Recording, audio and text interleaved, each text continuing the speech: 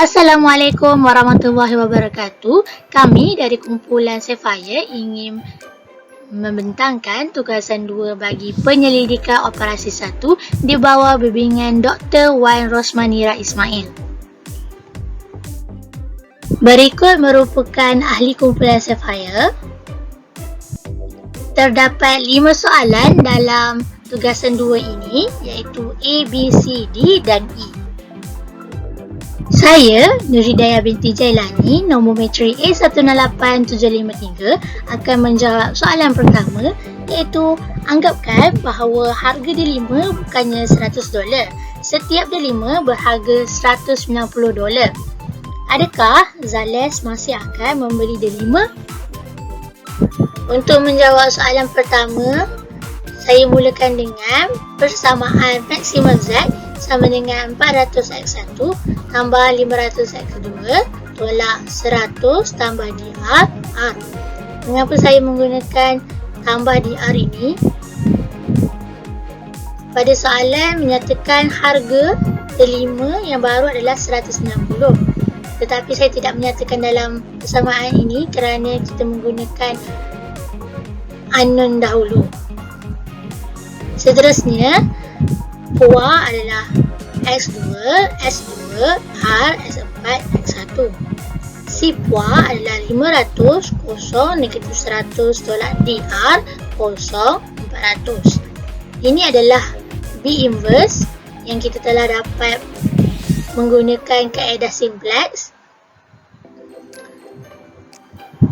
Kemudian si PUA darab dengan B minus sama dengan 500 kosong negatif 100 tolak DR kosong 400 dan mendarabkan dengan B inverse. Setelah kita dah buat pendaraban antara si PUA dan B inverse, kita akan dapat ini. Kemudian kita buat pembandingan dengan persamaan ini. Persamaan ini kita perolehi daripada persamaan maksimum Z. Yang sebentar tadi kita pindahkan sebelah kanan, kemudian kita akan dapat kosong. Pembandingan yang pertama, 100 tambah DR lebih besar sama dengan kosong. Kita akan dapat DR lebih besar dan sama dengan negatif 100. Kemudian 200 tolak 2DR lebih besar dan sama dengan kosong. Kita akan dapat DR lebih kecil dan sama dengan 100. Dan yang terakhir, 200 tolak DR lebih besar dan sama dengan kosong. DR lebih kecil dan sama dengan 200. Kita gabungkan ketiga-tiga ketak samaan ini, kita akan dapat DR lebih besar dan sama dengan negatif 100, DR lebih kecil dan sama dengan 100.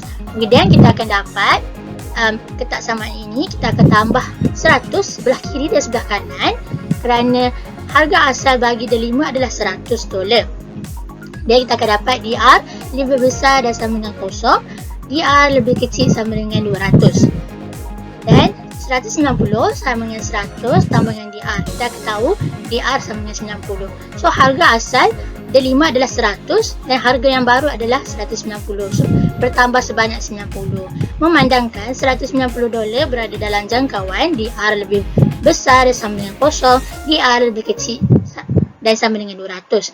Asas masa tetap optimum, nilai optimum pun boleh ubah, keputusan tidak berubah, iaitu X1 sama dengan 20, X2 sama dengan 25 dan R sama dengan 15. Assalamualaikum dan selamat sejahtera.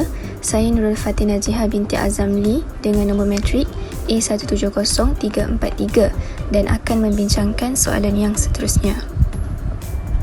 Berdasarkan soalan, dinyatakan bahawa kita perlu andaikan setiap satu delima yang dibeli berharga 190 daripada harga asalnya iaitu 100.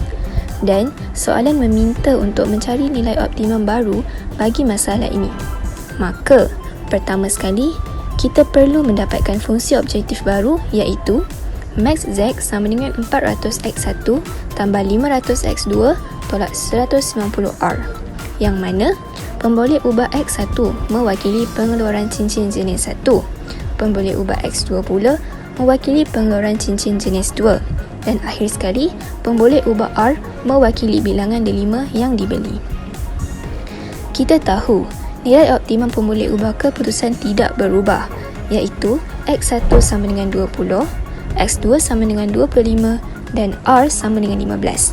Maka, Dengan menggantikan nilai optimum pemulih ubah keputusan ke dalam fungsi objektif baru, penyelesaian optimum baru untuk masalah ini boleh diperoleh. Akhirnya, berdasarkan pengiraan yang tertera di skrin, max Z sama dengan 17,650. Maka, penyelesaian optimum baru adalah Z sama dengan 17,650.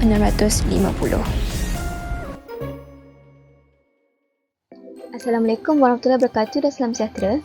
Saya Liana Azwar binti Mazhar Haldi dengan nombor metrik A19330. Saya akan teruskan dengan soalan B, iaitu suppose that zeros were only required to produce at least 23 type 2 rings. What will zeros profit now be? Berdasarkan model LP, kekangan yang perlu diubah mengikut soalan ialah kekangan 5, iaitu negatif X2 lebih kecil atau sama dengan negatif 25. Maka kekangan 5 yang baru ialah negatif X2 lebih kecil atau sama dengan negatif 23. Bagi mendapatkan nilai sebelah kanan kekangan pada tabla optima yang baru, kita menggunakan rumus B songsang darab B, di mana B songsang diperoleh daripada tabla optima berpandukan pemboleh ubah asas awal, dan B adalah vektor laju M darab 1 nilai sebelah kanan kekangan tabla awal. Setelah menggunakan rumus, kita akan dapat nilai sebelah kanan kekangan yang baru, iaitu 23, 2, 17, 4 dan 24. Penyelesaian adalah tersawur kerana nilai sebelah kanan bernilai positif, maka penyelesaian optimum masih kekal optimum. Oleh itu, kita boleh mencari keuntungan baru yang diperoleh oleh zeros dengan memasukkan nilai sebelah kanan kekangan yang baru ke dalam fungsi objektif, iaitu X1 sama dengan 24, X2 sama dengan 23 dan R sama dengan 17.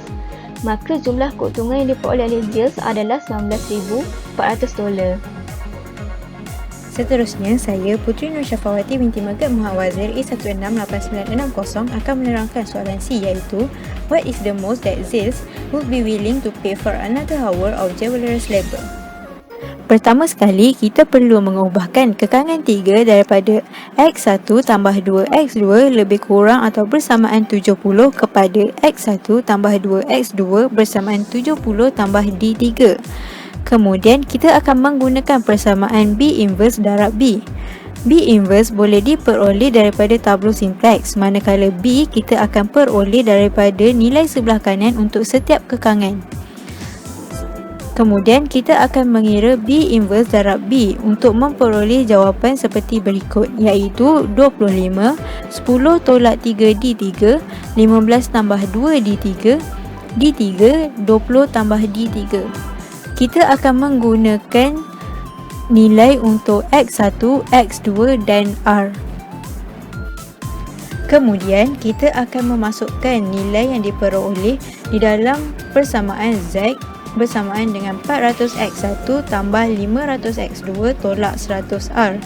Kemudian kita akan perolehi Z bersamaan 400 dalam kurungan 20 tambah D3 tambah 500 dalam kurungan 25 tolak 100 dalam kurungan 15 tambah 2 D3 bersamaan 19,000 tambah 200 D3. Oleh itu, kita boleh simpulkan bahawa ZIL sanggup membayar sebanyak RM200 kepada pekerjanya jika mereka bekerja lebih masa untuk setiap 1 jam. Hal ini kerana jika pekerja mereka bekerja lebih masa, ZIL akan menerima keuntungan sebanyak RM200 bagi setiap 1 jam yang ditambah. Soalan D. What is the most that ZIL would be willing to pay for another sapphire? Soalan ini adalah melibatkan masalah maksimum. Jadi, apa perlu kita buat adalah kita akan menggunakan kaedah klasik, iaitu kekangan 4 ini kita akan tambahkan D4 dan B negatif 1, B kuasa negatif 1 ini kita akan dapat daripada tablo simplex optimum kita. Dan nilai B yang baru adalah kita akan tambahkan D4 di sini. Jadi, apa perlu kita buat adalah kita akan darabkan B negatif 1 dengan B kecil dan kita akan dapat nilai ini. Dan kita tahu yang nilai ini adalah X1 adalah ini, X2 adalah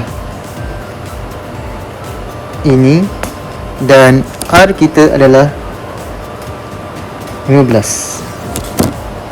Jadi Daripada persamaan asal Z, ini adalah X1, X2 dan R, dan kita akan masukkan nilai-nilai tersebut ke dalam persamaan ini, dan kita akan dapat jawapan kita adalah 1900. Kesimpulannya, Z sepatutnya tidak sanggup untuk membeli sebarang penambahan untuk Sapphire. Hal ini kerana kita mempunyai harga bayangan yang sebanyak sifar. Ini adalah masalah yang melibatkan maksimum. Bermakna, untuk sebarang penambahan Sapphire tidak akan mengubah sebarang keuntungan. Untuk soalan E, Zils ingin menghasilkan cincin jenis 3. Cincin jenis ini memerlukan 4 delima, 2 nilam dan juga 1 jam waktu bekerja. Cincin ini akan dijual dengan harga 550. Persoalannya, perlukah Zils menghasilkan cincin jenis 3 ini? Pertama sekali, kita perlu menyenaraikan fungsi objektif dan juga semua kekangan. Fungsi objektif bagi soalan ini ialah Z sama dengan 400x1 tambah 500x2 tambah 550x3 tolak 100R. Kekangan pertama adalah kekangan delima. Oleh itu, ketaksamaan yang terhasil adalah 2x1 tambah 3x2 tambah 4x3 tolak R lebih kecil atau sama dengan 100. Kekangan kedua adalah tentang nilam. Ketaksamaan yang terhasil ialah 3x1 tambah 2x2 tambah 2x3 lebih kecil atau sama dengan 120. Kekangan ketiga tentang masa yang diperlukan untuk menghasilkan cincin itu. Ketaksamaan yang terhasil ialah x1 tambah 2x2 tambah x3 lebih kecil atau sama dengan 70. Kekangan keempat dan kelima merupakan permintaan pasaran yang memerlukan cincin jenis 1 sekurang-kurangnya 20, cincin jenis 2 sekurang-kurangnya 25. Pada raja ialah tablo optimum yang kita dapat pada soalan sebelum ini. Kita akan gunakan formula ini untuk mencari penyelesaian kepada masalah ini. Pemboleh ubah asas optimum ialah X2, S2, R, S4 dan juga X1. Manakala C, PUA kita boleh dapati daripada fungsi objektif. B songsang pula boleh didapati daripada tablo optimum seperti yang di-highlightkan berwarna pink. Seterusnya, kita akan mendarabkan B songsang dengan C, PUA. Nilai yang diperoleh adalah 100, 0, 200, 0, 200. AJ adalah lajur dalam kekangan untuk pemboleh ubah X3. Nilai yang kita dapat adalah 4, 2, 1, 0, 0. Selepas itu, nilai-nilai yang kita dapat ini akan dimasukkan ke dalam formula. Kita akan dapat nilai 600 tolak 550 yang memberikan jawapan 50. C3 bar yang kita dapat adalah lebih besar atau sama dengan kosong. Nilai ini bermakna menghasilkan cincin jenis 3 ini akan mengurangkan keuntungan sebanyak 50. Oleh itu, Zils tidak perlu menghasilkan cincin jenis 3 ini kerana ianya tidak menguntungkan.